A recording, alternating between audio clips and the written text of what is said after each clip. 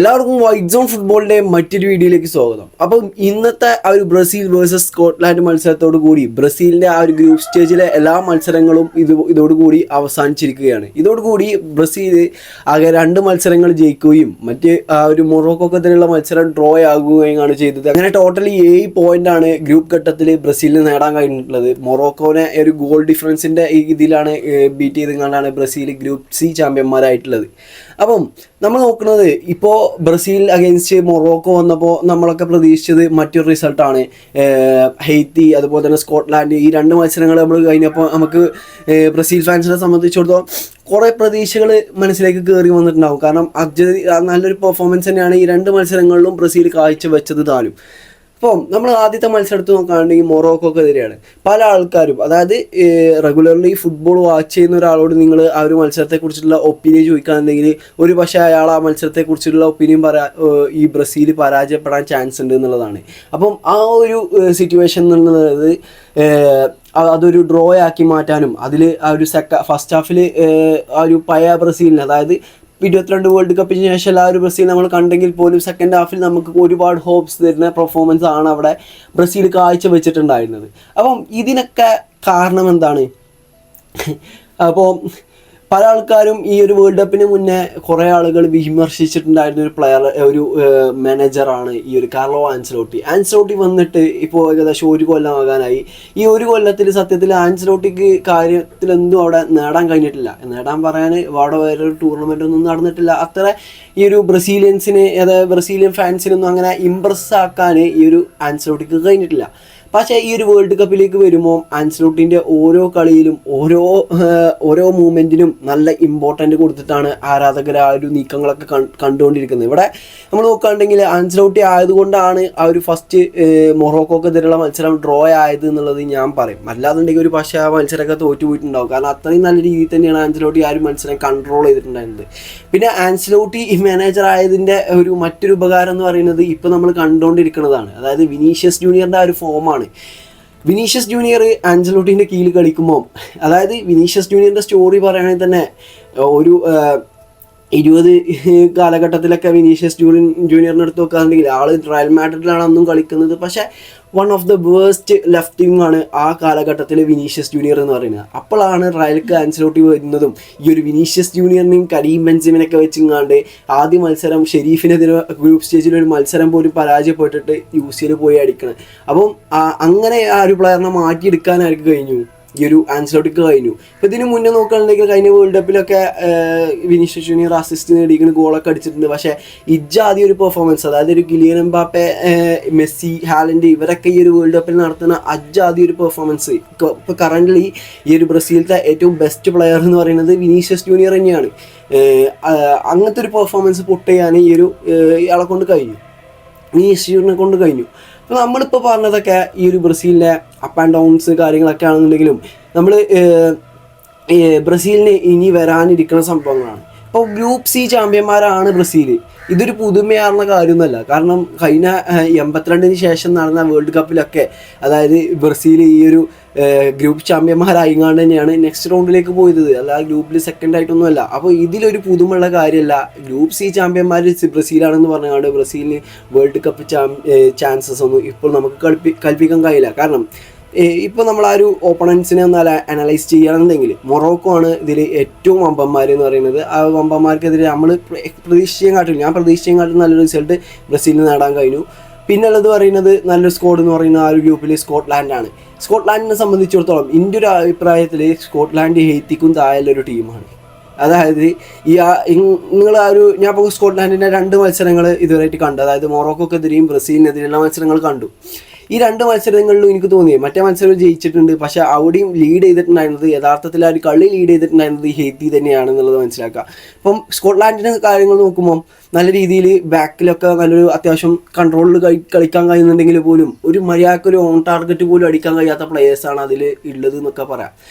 മെക്ടോമിനെയൊക്കെയാണുള്ളത്. പക്ഷേ മെക്ടോമിനെ എങ്ങനെ പറഞ്ഞാൽ ഒരു മിഡ്ഫീൽഡറാണ്. ആ ഒരു മിഡ്ഫീൽഡിൻ്റെ ക്വാളിറ്റി അയാൾ കാണിക്കുള്ളൂ. അജാതി ഇപ്പം ഹെയ്ത്തി എന്നൊക്കെ പറയുന്നത്, ഹെയ്ത്തിൻ്റെ ഇന്നലത്തെ ഒരു പെർഫോമൻസ്, അതായത് മൊറോക്കോക്കെതിരെയുള്ള പെർഫോമൻസിലെ 2 ഗോളുകളൊക്കെ കാണുമ്പോൾ നിങ്ങൾക്ക് മനസ്സിലാവും ഹെയ്ത്തിക്ക് അത്യാവശ്യം നല്ലൊരു ഇതുണ്ട്. അതായത് ഗ്രൂപ്പ് സ്റ്റേജിലാണെന്നുണ്ടെങ്കിൽ പോലും ഈ ഒരു സ്കോട്ട്ലാൻഡിൻ്റെയും കാട്ടിലും കൂടുതൽ ഗോൾ അടിച്ചത് അപ്പോൾ എയ്ത്തിയാണ്. 2 ഗോൾ അടിച്ചിട്ടുണ്ട് എന്നുള്ളത് മനസ്സിലാക്കാം. അങ്ങനെ ഒരു ഫിനിഷർ ഒന്നും ഇല്ലാത്ത ടീമാണ് സ്കോട്ട്ലാൻഡ്. പറയുമ്പോൾ എയ്ത്തിൻ്റെയും കാട്ടിലും മേലെയാണ് ഈ സ്കോട്ട്ലാൻഡിൻ്റെ ഒക്കെ വേൾഡ് റാങ്കിങ് എന്ന് പറയുന്നത് മനസ്സിലാക്കാം.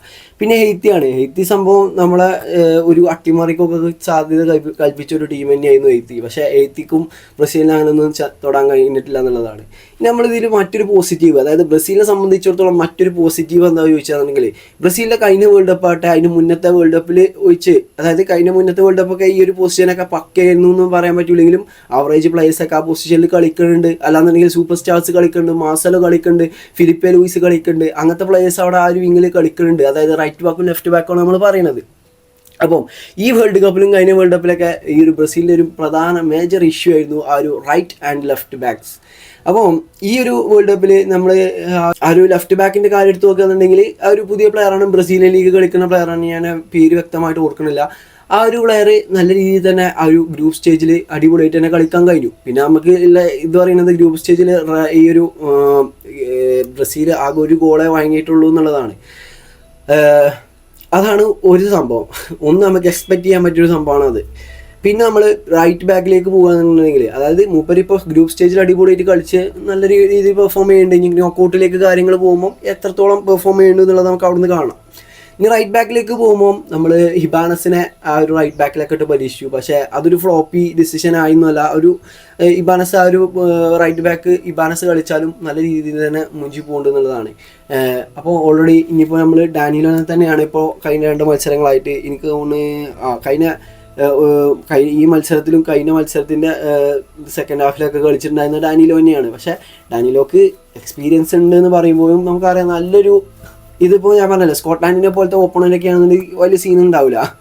പക്ഷേ സ്കോട്ട്ലാൻഡ് ചെറിയ ടീമാണെന്നല്ല ഞാൻ പറഞ്ഞത്. അവർക്ക് വേണമെന്നുണ്ടെങ്കിൽ നല്ല രീതിയിൽ ഡിഫൻസീവ് ഗെയിം കളിച്ച് കണ്ട് ബ്രസീലിനൊക്കെ പൂത്താലുള്ള കഴിവൊക്കെ ഉണ്ട്. അവിടെ നല്ലൊരു അറ്റാക്കിങ് ഗെയിംസ് വരും. അതായത് നമ്മളിപ്പോൾ ചാമ്പ്യന്മാരാകാൻ പോകുമ്പോൾ അവിടെ നമ്മൾ ഫ്രാൻസിനെ നേരിടേണ്ടി വരും, അർജന്റീനനെ നേരിടേണ്ടി വരും, പോർച്ചുഗലിനെ നേരിടേണ്ടി വരും, സ്പെയിനിനെ നേരിടേണ്ടി വരും. ഇവിടെയൊക്കെ നമ്മളുടെ വിങ്ങുകൾ, അതായത് ലാമിൻ യമാൽ ആയിക്കോട്ടെ, എംബാപ്പെ ആയിക്കോട്ടെ, ഇതൊക്കെ നല്ല രീതിയിൽ തന്നെ ആ ഒരു വിങ്ങിൽ കൂടെ മുന്നേറ്റം ഉണ്ടാക്കാൻ കഴിയുന്ന പ്ലേയേഴ്സാണ്. ഇപ്പോൾ ഫ്രാൻസൊക്കെ വന്നാൽ 2 സൈഡിൽ കൂടെയും തിരിക്കുന്നുള്ളത് നമുക്ക് കഴിഞ്ഞ ഫ്രണ്ട്ലി മത്സരത്തിൽ ഫ്രാൻസിനായിട്ടുള്ള ഫ്രണ്ട്ലി മത്സരത്തിൽ നമുക്ക് മനസ്സിലായിട്ടുണ്ടാവും. അപ്പോൾ അങ്ങനത്തെ ഒരു സാഹചര്യം ഉള്ളതുകൊണ്ട് തന്നെ ഈ ഒരു റൈറ്റ് ബാക്ക് ഇപ്പോഴും, അതായത് ലെഫ്റ്റ് ബാക്കിനെ സംബന്ധിച്ചിടത്തോളം റൈറ്റ് ബാക്കിൽ കൂടുതൽ ഇഷ്യൂസ് ഉണ്ടാകാൻ ചാൻസസ് കൂടുതലാണെന്നാണ് പറയുന്നത്.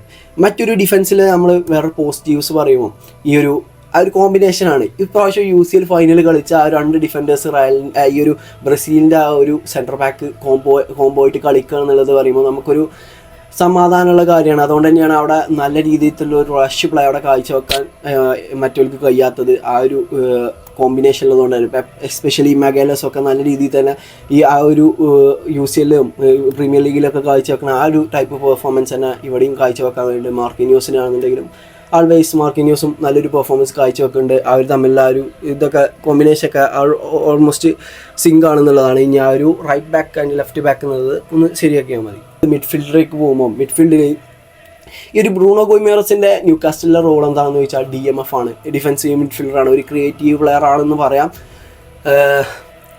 കാസമിറോണ് മറ്റൊരാൾ ഫസ്റ്റ് ലെവലിൽ ഇറങ്ങുന്നത്. കാസമിറോണ് ഒരു ഡിഫൻസീവ് മിഡ്ഫീൽഡറാണ്. നമുക്കറിയാം കാസമിറോനെ പറ്റി ആർക്കും പറഞ്ഞിട്ടുണ്ട കാര്യമില്ല. നല്ല രീതിയിൽ തന്നെ ടാക്കിൾ ചെയ്ത് ഒരു ക്രിയേറ്റീവ് മിഡെല്ലാം എങ്കിൽ പോലും അങ്ങനത്തെ ഒരു പ്ലേയിങ് ആണ് ഇവിടെ കളിക്കുന്നത്. ഇതിൻ്റെ മിഡ്ഫീൽഡിലേക്ക് എഡേഴ്സ് എന്ന് പറയുന്ന മറ്റൊരു പ്ലെയറിനെയും കൊണ്ടുവന്നിട്ടുണ്ടായിരുന്നു. ഈ എഡേഴ്സിനെ പറ്റി പറയുമ്പോൾ ന്യൂ കാസമിറോ എന്നാണ് പറയുക. അപ്പം ആ ഒരു ടൈപ്പ് പ്ലെയറാണ്. അപ്പോൾ ഈ ഒരു ക്രിയേറ്റീവ് ആയിട്ടുള്ള ഒരു പ്ലെയർ എന്ന് പറയുന്നത് മറ്റേ ലുക്കാസ് പക്വേറ്റയാണ്. പക്വേറ്റ എന്ന് പറയുന്നത് കുറേ ജോഗോ ബോണിറ്റോ. ഇപ്പോൾ പല ആൾക്കാരും ബ്രസീലിൽ ഇന്നലത്തെ കളിയൊക്കെ കണ്ടുകാണ്ട് ജോഗോ ബോണിറ്റോ ആണ് ബ്രസീൽ കളിക്കണമെന്ന് പറഞ്ഞാൽ അതിനൊന്നും പറയാനില്ല. കാരണം ബ്രസീലിലെ ജോഗോ ബോണിറ്റോ ഒക്കെ കുറേ കാലങ്ങൾക്ക് മുന്നേ കഴിഞ്ഞു.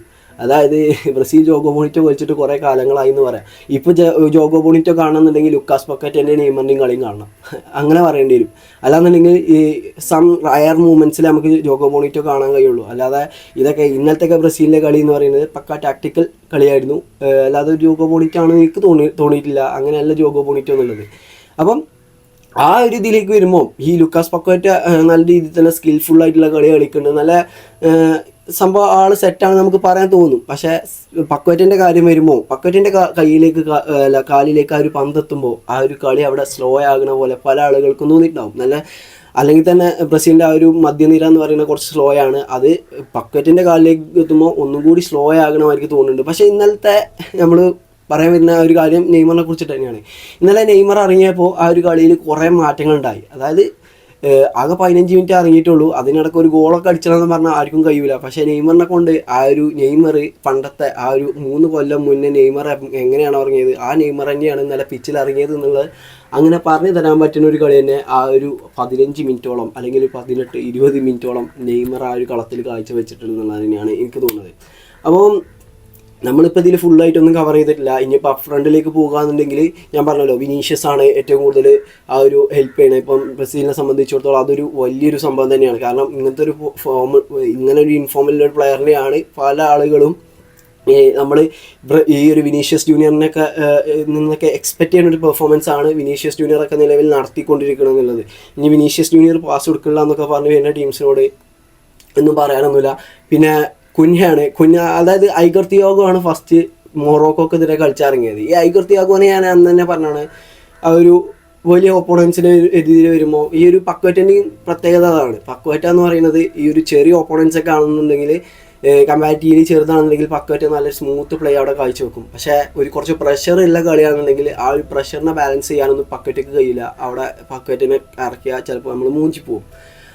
അങ്ങനത്തെ ഒരു പ്ലെയർ തന്നെയാണ്. ഐഗർ തിയാഗോനെ അങ്ങനെ ഫുള്ളായിട്ട് കണക്കാക്കില്ല, കാരണം 2-3 മാച്ച് മുപ്പത്തി കണ്ടിട്ടുള്ളൂ. പക്ഷേ അതിൽ നിന്ന് നിങ്ങൾക്ക് മനസ്സിലായത് അതാണ്. പക്ഷേ ഈ പ്രീമിയർ ലീഗിൽ ആ ടീമിന് വേണ്ടി നല്ല കളി കളിക്കുന്നുള്ളതാണ് ബ്രെൻറ്റ്ഫോർഡിന് വേണ്ടി. അങ്ങനത്തെ ഒരു ഇതായിരുന്നു. പക്ഷേ സെക്കൻഡ് ഈ ഒരു ഹെയ്ത്തിക്കെതിരെ കുൻഹൻ ഇറക്കുന്നു. കുൻഹിം ആ ഒരു ഡീപ്പായി കണ്ട് നല്ല രീതിയിൽ ഒരു ഫാൾസ് 9 കളിക്കുന്നു. അതിലൂടെ ഗോൾ അടിക്കാൻ കഴിയുന്നു. അതിലൂടെ വിനീഷ്യസ് ജൂനിയറിന് സ്പേസ് ക്രിയേറ്റ് ചെയ്ത് കൊടുക്കുന്നു. വിനീഷ്യസ് ജൂനിയർ അത് യൂട്ടിലൈസ് ചെയ്യുന്നു. അങ്ങനത്തെ നല്ലൊരു ഇതാണ് കാഴ്ച വെച്ചിട്ടുണ്ടായിരുന്നത്. ബ്രൂണോ ഗോയിമറസ് ആകുമ്പോൾ ബ്രൂണോ ഗോയിമറസിന് അങ്ങനെ തള്ളി പറയാൻ പറ്റുന്ന പ്ലെയർ ഒന്നുമല്ല. കാരണം ഓൾറെഡി 3 അസിസ്റ്റൊക്കെ നെയ്തെടുക്കാൻ ഗോയിമറസിനെ കൊണ്ട് കഴിഞ്ഞിട്ടുണ്ട്. ഗോയിമറസ് ഇനിയും കുറച്ചുകൂടി ഇമ്പ്രൂവ് ആയാലേ ആ ഒരു മിഡ്ഫീൽഡൊക്കെ ഒന്ന് ഫോം ആകുള്ളൂ. അപ്പോൾ നിങ്ങളുടെ അഭിപ്രായത്തിൽ ഇങ്ങനെ പോയാൽ ബ്രസീൽ വേൾഡ് ചാമ്പ്യന്മാരാകാൻ എന്തെങ്കിലും ചാൻസ് ഉണ്ടോ? തീർച്ചയായിട്ടും കമൻറ്റ് ചെയ്യുക. ഇതൊക്കെ ഞാൻ ഈ 3 മത്സരങ്ങളും ബ്രസീലിലെ കളി കണ്ട് വെച്ച് കണ്ട് ഞാൻ പറഞ്ഞ കാര്യങ്ങളാണ്. ഇതിൽ ഇനിയിപ്പോൾ നിങ്ങൾക്ക് വിമർശനങ്ങൾ ഉണ്ടാകും. ബ്രസീൽ കപ്പടിക്കും അങ്ങനെ അല്ല അങ്ങനെയൊക്കെ പറയാം. അത് നമ്മളെ ഇത് മാത്രം ഇതിൽ ബ്രസീൽ കപ്പടിക്കൂല എന്നല്ല ഞാൻ പറയുന്നത്. അതായത് ബ്രസീലിൻ്റെ ആ ഒരു പെർഫോമൻസ് അറിയണമെന്നുണ്ടെങ്കിൽ ഈ round of 32 round of 16 Brazil കടന്നാൽ നമുക്ക് മനസ്സിലാകും ബ്രസീൽ എവിടെ വരെ പോകും ഇങ്ങനെ എന്നുള്ളത് മനസ്സിലാക്കാം. ഇനിയിപ്പോൾ നമുക്ക് അടുത്ത ഓപ്പണൻറ്റ് എന്ന് പറയുന്നത് ജപ്പാനാണ്. ജപ്പാൻ തന്നെയാകും. ഇതുവരെ അത് ഉറപ്പിച്ചിട്ടൊന്നുമില്ല. ചിലപ്പോൾ നെതർലാൻഡ്സ് ആവും. രണ്ടായാലും കണക്കാണ്. ആ റൗണ്ട് ഓഫ് 32 കണക്കാണ്. ഈ കൊണ്ട് ജപ്പാനെ കടന്നാൽ ജർമ്മനിയൊക്കെ ആവും മുന്നിലേക്ക് വരിക. അപ്പോൾ അതൊക്കെ കടന്നു പോകേണ്ടി വരും. ഇപ്പോൾ ജപ്പാന് കുറച്ചും പാടെ ചെറിയ ടീം കിട്ടിയെന്ന് പറയാൻ തോന്നുന്നവർക്ക് ഉണ്ടെന്നുണ്ടെങ്കിൽ നമ്മൾ മുന്നേക്ക് പോകുന്നവരും ടഫ് കൂടി വരും. അതാണ് വേൾഡ് കപ്പ് എന്ന് പറയുന്നത്. അതാണ് ഒരു നോക്കൗട്ട് ടൂർണമെൻറ്റിൻ്റെ പ്രത്യേകത. ഇനിയിപ്പോൾ ചിലപ്പോൾ സെമി ഫൈനലൊക്കെ എത്തുമ്പോൾ അർജൻറ്റീനനെ നേരിടേണ്ടി വരും. ഫൈനലെത്തുമ്പോൾ ഫ്രാൻസ് വരും, അല്ലെങ്കിൽ പോർച്ചുഗൽ വരും, അല്ലെങ്കിൽ സ്പെയിൻ വരും. അങ്ങനത്തെ കുറേ കാര്യങ്ങൾ ഇതിലൊക്കെ ഉണ്ടെന്നുള്ളത് മനസ്സിലാക്കുക. അപ്പം നിലവിലെ ഈ ഒരു ബ്രസീലിൻ്റെ പെർഫോമൻസ് എന്ന് പറയുന്നത് നമ്മൾ ആരും എക്സ്പെക്റ്റ് ചെയ്യാത്തൊരു പെർഫോമൻസ് തന്നെയാണ് ബ്രസീൽ നടത്തിക്കൊണ്ടിരിക്കുന്നത്. ആ ഒരു ബ്രസീലിന് ഈ ഒരു നോക്കൗട്ട് മത്സരങ്ങളിലും നിലനിർത്താൻ കഴിയട്ടെ. അല്ലാതെ നമ്മൾ കുറച്ച് വേൾഡ് കപ്പിലായി കണ്ടുകൊണ്ടിരിക്കുന്ന ആ ഒരു ക്വാർട്ടർ ഫൈനൽ സെമി ഫൈനലായിട്ട് ബ്രസീൽ ഇറങ്ങി പോരാതിരിക്കട്ടെ. നമുക്ക് നോക്കി നോക്കാം. എന്തായാലും നിങ്ങളുടെ അഭിപ്രായം കമൻറ്റ് ചെയ്യൂ. ഓക്കെ.